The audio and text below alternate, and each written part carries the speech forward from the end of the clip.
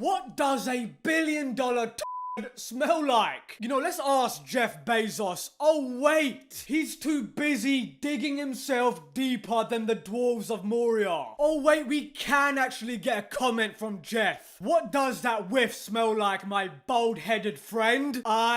I did some Lord of the Rings doodles in crayon. My version is definitely better than Peter Jackson's. Hit the like button. We ain't pulling no punches today, boys. Oh, looky here. What do we have here? Big Corpo removing bad press? Who saw that one coming? Tell me your series is bad without telling me your series is bad. So the Lord of the Rings, Rings of Power episodes 1 and 2 are officially out. And admittedly, when Galadriel broke the fourth wall and said, "Life is a box of chocolates," it made me cry tears of joy. 10 out of 10, instant classic. Okay, joking aside, when your main character is completely unlikable, you have a major fucking problem. Her moping around and being on the verge of tears at every second was clearly evident in the trailers, and that didn't improve in the 2 hours that I just watched, which felt like 5 hours, by the way. I ended up fast forwarding through quite a few parts. They break the law within the first 5 minutes of starting the show, and at that point, I was ready to pull the plug and say, "Fuck these yippee-ki-yay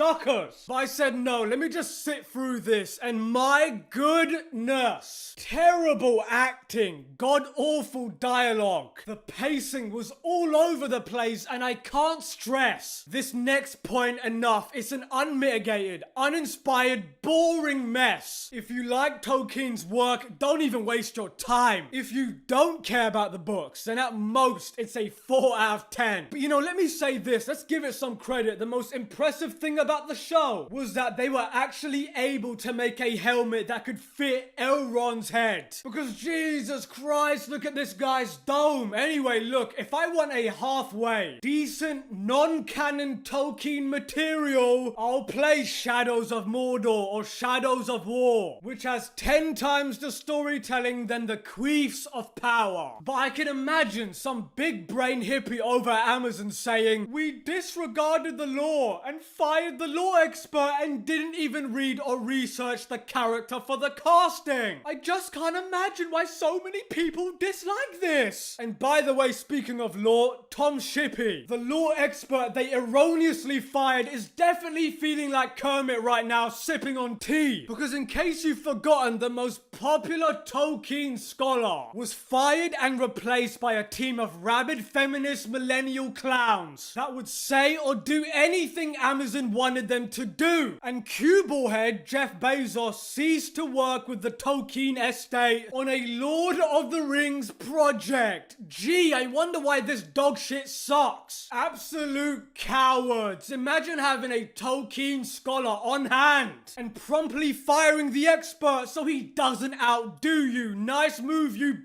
Yes. The moment this happened, I knew this was going to be a gargantuan disaster. Amazon must have clearly missed the memo that stated when dealing with established fandoms, you either respect the law or make up your own original franchise. If you wanted a blank canvas, you should have written your own story instead of trying to ruin someone else's. I'm getting very tired of these uncreative people, these charlatans with an agenda, ruining other people's work. Just look at fucking Disney. Disney had the license to print money with Star Wars, and against all odds, they managed to make as little of it as they could, and Amazon is following that winning formula. When the man himself, Tolkien, states, "Evil can't create," he's not stating his opinion, he's commenting on an observation, and that is evil objectively sucks at inspiring and creating. It's a shame. It's a damn shame that Christopher Tolkien, really the last one to protect the legacy, has passed away, and the family now just shits all over Tolkien's legacy for cash. This is one of the sad realizations I've come to. It's that Tolkien's own relatives sold out to some corny company, which truly sucks bollocks at entertainment, and I know they only sold the rights to the appendix, but that's still too much, as we can clearly see. But you know, let's move to a more happy topic. The funny thing about this whole thing is that Amazon is desperately trying to save their sinking show, which is more entertaining than the show itself because we have reached the next phase of denial. And that is, drumroll please, damage control. The last 24 hours have been both disgusting and entertaining at the same time. Not only do we have the executives over at Amazon overdosing on copium, but the perfect modern example of censorship has taken place. Unsurprisingly, the Amazon-owned IMDb has been deleting negative user reviews. Really? Who could have saw this coming other than everyone, of course? But that's not it. Amazon Prime has removed the ability to write a review for their show on their site. What a pathetic, shallow, laughable attempt to censor all of the just criticism for this raging dumpster fire. Nothing but cowards, too afraid to acknowledge negative opinions on an otherwise weak and divisive product. I went on IMDb when the audience score was open to the public, and it wasn't just those pesky shills who care more about access than truth. And there were quite a few 1-star and negative reviews. And from the amount of detail that was written, you can clearly tell they were not bots. And now I go on there and all those reviews are gone like a